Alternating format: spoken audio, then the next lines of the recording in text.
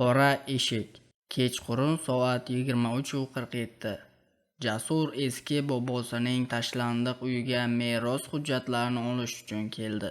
Qishloqda bu uy haqida bitta gap yurardi. Tungi soat 12 dan keyin qora eshikni ochma. U kulib qo'ydi. Eski odamlarning ertagi bu. Uy chang bosgan, devorlari chirigan, pol esa har qadamda g'ichirlar edi. Chiroqni yoqdi, elektr hali ham ishlardi. Hujjatlarni qidirayotgan paytda podvalga tushadigan eshikni ko'rdi.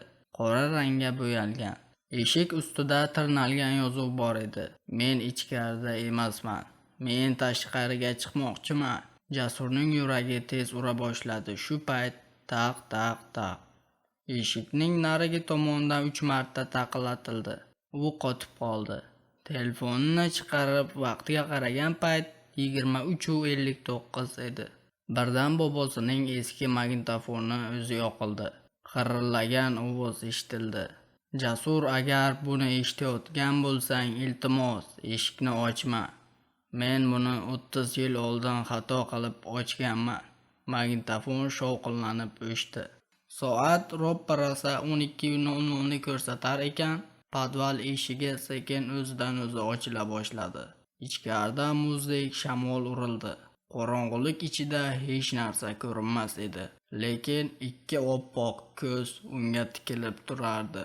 Jasur ortga chekinar ekan, shunda telefoniga noma'lum raqamdan xabar keldi. Ortingga qarama. U qaltirab qoldi. Sekin boshini ko'tarar edi, telefon kamerasi tasodifan selfi rejimiga o'tib ketgan edi.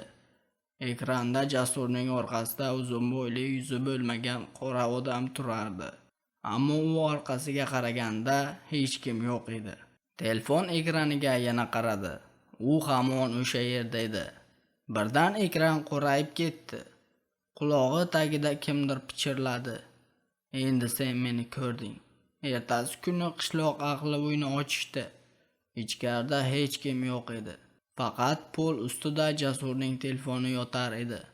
Telefonning oxirgi yozib olingan videosida esa bo'sh xonada kimningdir ovozi eshitilar edi. Keyingisi sen bo'lasan. Va video tugashidan oldin kamera sekin eshik tomon burildi. Qora eshik yopilib turardi. Jasur g'oyib bo'lganiga 7 kun bo'ldi. Politsiya uyni bir necha bor tintuv qildi. Hech qanday qon izi, kurash alomati yoki jasad topilmadi. Faqat bitta narsa, podvaldagi qora eshik. Qizig'i shundaki, politsiya hisobotida bu eshik umuman qayd etilmagan edi. Go'yo uni faqat ayrim odamlar ko'ra olardi.